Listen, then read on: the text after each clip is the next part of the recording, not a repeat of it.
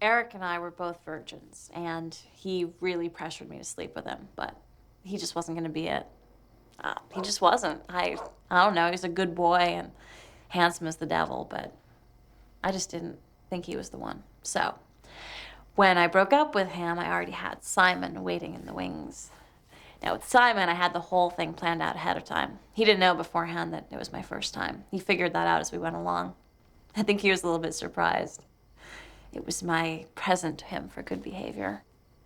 His mom was away for the week, so we went to his house. She was an older woman and hard of hearing, but friendly. She liked me. I mean, it hurt, of course. But you can also tell right away you're going to end up really getting into it. While we were making out in his bedroom, I couldn't stop thinking about what was coming up next.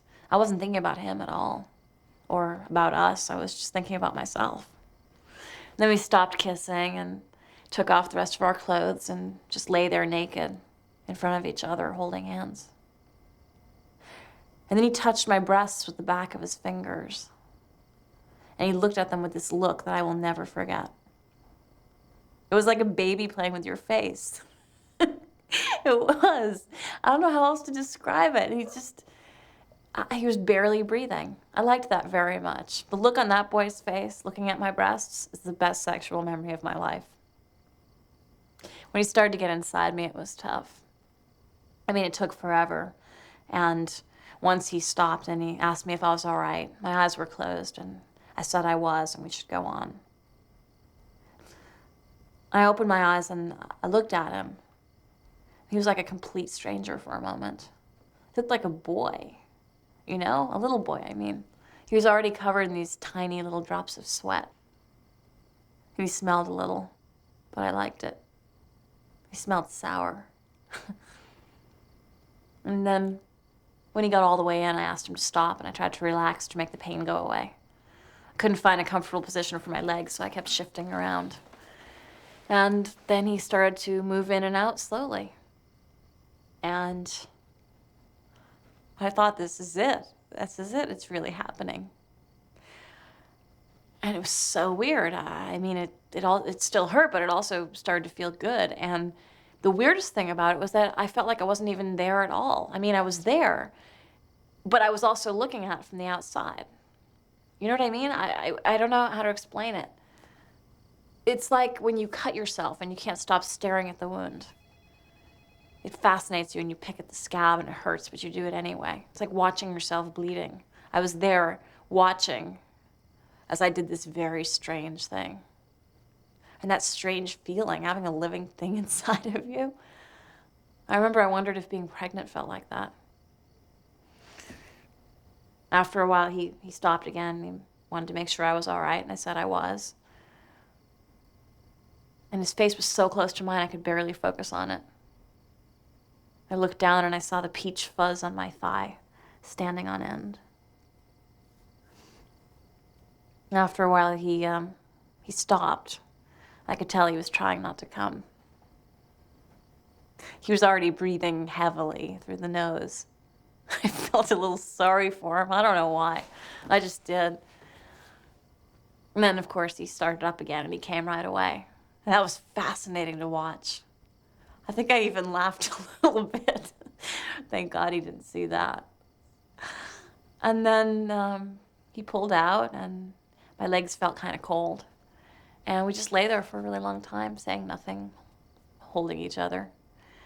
And I got up to use the bathroom, and I came back, and he smiled at me, and I watched him as he closed his eyes and slowly fell asleep. He had this little scar behind his ear. I hadn't noticed it before. I just lay there on top of the bed cover, naked. I could hear dogs barking in the distance. My dad had promised us a dog ages ago, but he kept stringing us along, and of course we never got it. I thought about that for a while Simon slept. And then I had this really strange feeling as I was lying there. I just thought, I don't want him to ever wake up. I don't want to hear the sound of his voice anymore. I don't want him to kiss me or touch me ever again. I don't want him to even remember what happened this afternoon. I don't know what came over me. I just wanted to get up and leave before he woke up. And I closed my eyes and told myself to chill. And then I started to think about my mother. I thought, Jesus, what a time to think about her.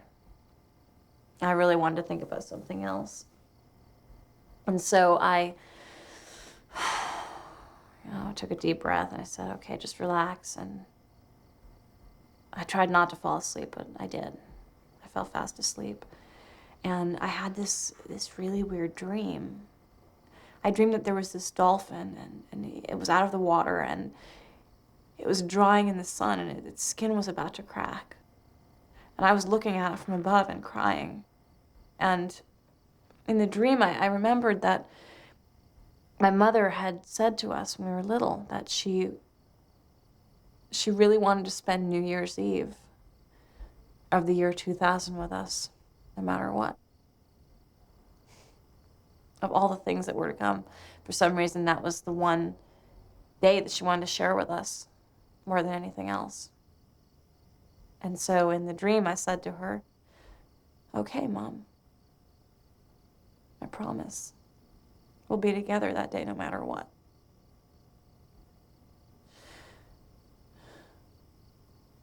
And I was thinking about that later on when I was walking home. And how I wanted to tell my sister about it, about the dream, I mean. We're twins, and ever since my mom died, we always tell each other when we dream about her. It's a deal we made. I mean, I knew, of course, she'd want to hear about the rest of my afternoon, too, but I wasn't really thinking about that anymore. I wanted to talk about the dream. That was what I wanted to tell her. I wasn't thinking about Simon anymore.